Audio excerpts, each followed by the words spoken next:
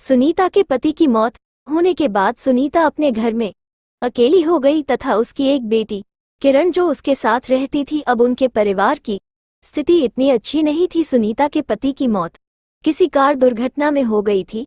इसके बाद सुनीता के घर में खाने के भी लाने पड़ने लग गए। माँ, मुझे भी एक बढ़िया सा लहंगा दिलाओ। अपनी बेटी किरण की यह बात सुनकर सुनीता कुछ भी नहीं बोलती। कुछ देर बाद किरण ही वहां से बाहर चली जाती है क्योंकि सुनीता अपनी बेटी को एक लहंगा नहीं दिलवा सकती थी। सुनीता के पास एक अपनी छोटी सी मिठाई की दुकान थी। उस दुकान से ही सुनीता के घर का खर्च चलता था। फिर शाम हो जाती है और सुनीता अपने घर पर आ जाती है और घर पर आकर शाम के खाने का इंतजार करने लग जाती है। वो अपने चूल्हे पर खिचड़ी बनाने लग जाती है ताकि वो पेट भर खाना खा सके। तभी वहां पर किरण आ जाती है। बेटा, मैं तुझे घर पर छोड़कर गई थी ना, फिर तुम बाहर क्यों चली गई? तुम्हें घर पर ही रहना था। वो माँ, मैं अपने फ्रेंड के घर चली गई थी। उसने अपने लिए एक अच्छा सा लहंगा लाई थी। लहंगे का नाम सुनकर सुनीता चुप हो जाती है। फिर धीरे धीरे समय बीतता जाता है और किरण भी बड़ी हो चुकी थी। सुनीता को अपनी बेटी किरण की शादी की चिंता हो रही थी। चल बेटा किरण, तू घर पर क्या करेगी? मेरे साथ दुकान पर चल, आज मुझे दुकान पर बहुत काम है। तो मेरा काम में हाथ बटा देना ताकि काम जल्दी खत्म हो जाए। फिर सुनीता व किरण दोनों बात कर रहे थे।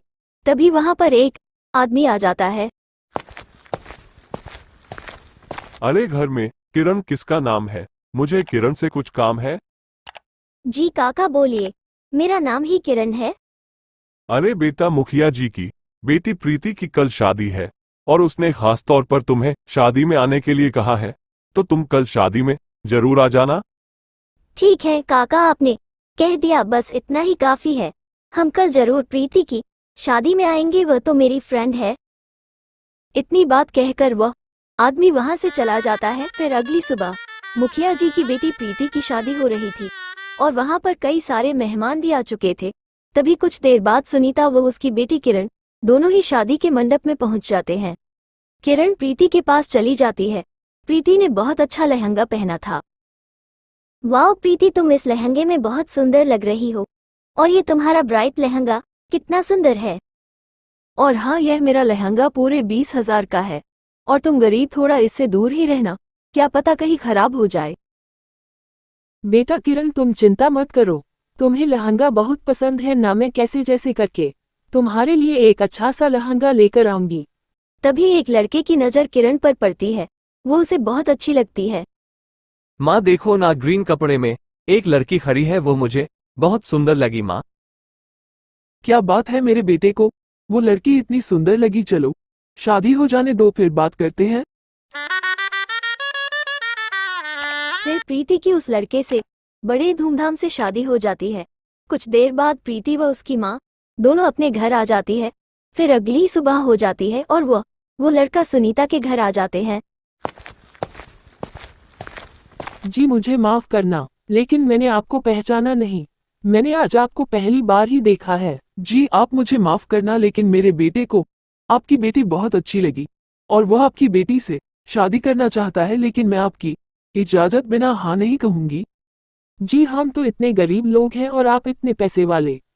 हम गरीबों के पास इतने पैसे नहीं है कि हम आपको अच्छा दहेज दे सके। जी माँ जी, हम आपसे दहेज नहीं मांग रहे हैं, हमें तो सिर्फ आपकी बेटी चाहिए। हमें एक अच्छी बहू मिल जाए तो हमें दहेज की कोई आवश्यकता नहीं है। तो फिर यह बहुत बड़ी खुशी की बात है कि इतने बड़े परिवार का रिश्ता मेरी बेटी के लिए आया है। चलो आप तो बस अब शादी की तैयारी करो, हम आपकी बेटी को जल्द ही हमारे घर की बहू बना लेंगे। इतनी बात कहकर वो दोनों वहां से अपने घर के लिए चले जाते हैं। अरे बेटा किरण, तुम तो बहुत खुश नसीब हो जो तुम्हारे लिए इतने बड़े परिवार से शादी के लिए रिश्ता आया। फिर कई हफ्ते बीत जाते हैं। तभी उनके घर एक आदमी आता है जिसके हाथ में बहुत सारे बैग थे। ये लो, मालकिन ने आपकी शादी के लिए कपड़े भेजे हैं। और हाँ, किरण बहू के लिए भी उन्होंने एक ब्राइट लहंगा भेजा जो बेहद कीमती है और अगले हफ्ते शादी है।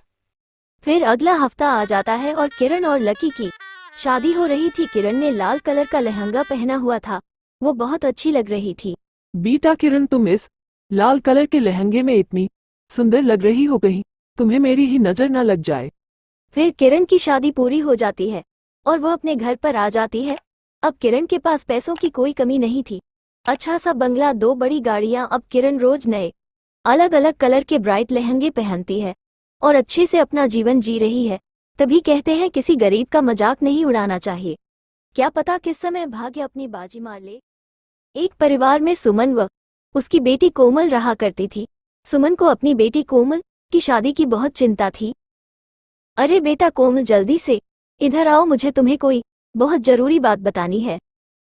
माँ की आवाज सुनते ही कोमल अपनी माँ के पास आ जाती है। क्या हुआ माँ जी, आपने मुझे इतना जल्दी क्यों बुलाया? कोई जरूरी काम था? अरे हाँ बेटा, कल तुम्हें देखने के लिए लड़के वाले आ रहे हैं, तो तुम अच्छे से तैयार हो जाना।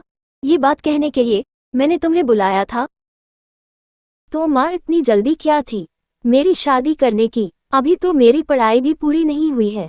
अरे नहीं बेटा, शादी करना बहुत जरूरी है। कहीं तुम बड़ी हो जाओ और तुम्हारे लिए शादी का कोई रिश्ता ही नहीं आए, तो शादी करना तो बहुत जरूरी है। शादी का नाम सुनते ही कोमल अपने कमरे में चली जाती है। कुछ देर बाद कोमल की माँ भी उस कमरे में चली जाती है और कुछ समय बाद लड़के वाले उनके घर पहुंच जाते हैं। लड़के वाले जाकर सोफे पर बैठ जाते हैं और उसके बाद कोमल की माँ सुमन भी वहां पर आ जाती है। अरे आओ आओ, हम सुबह से आप ही का तो इंतजार कर रहे थे। जी हाँ, अब तो हमें अपनी बहू का इंतजार है, जल्दी से हमारी बहू को भेज दो।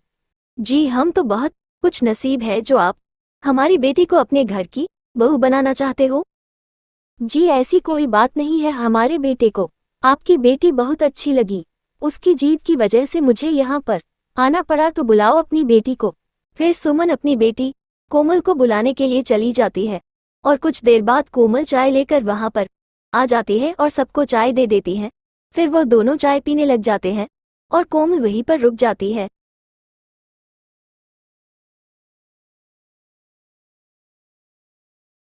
अरे वाह बेटा कोमल, तुम तो चाय बहुत स्वादिष्ट बनाती हो और हमें तुम्हारी चाय व तुम दोनों ही बहुत अच्छी लगे।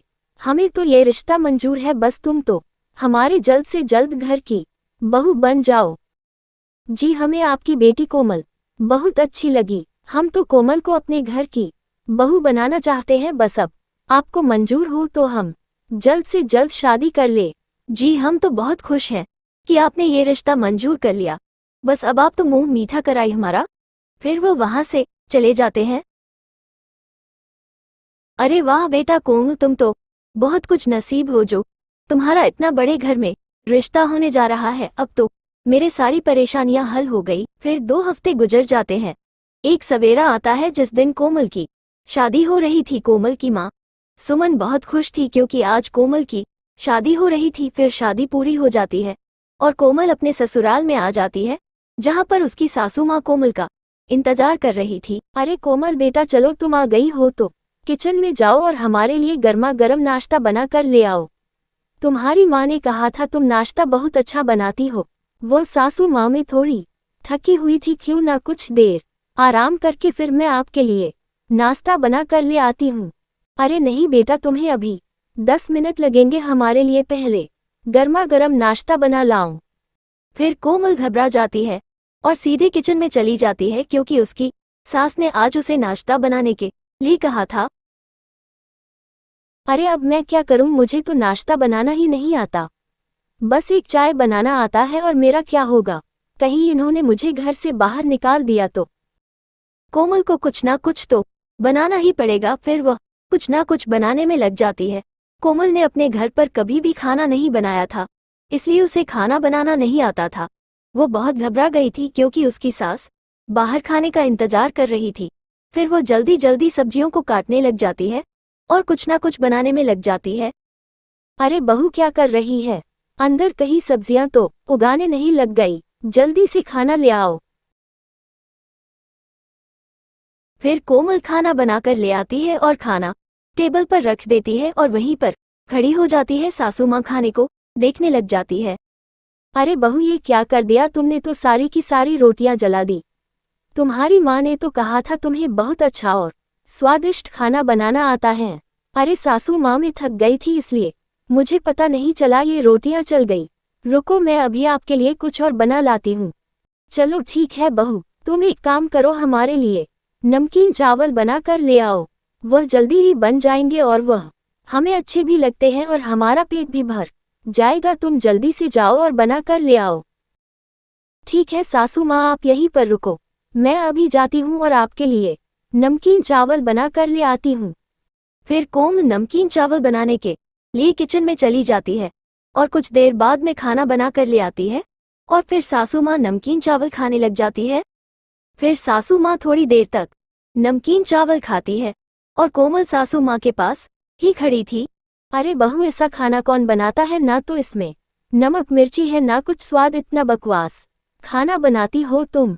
सासू माँ, मुझे माफ कर दो, मुझे खाना बनाना नहीं आता। मेरी माँ ने आपसे झूठ बोला था ताकि मेरी शादी हो जाए। अरे बहू, तुम रो क्यों रही हो?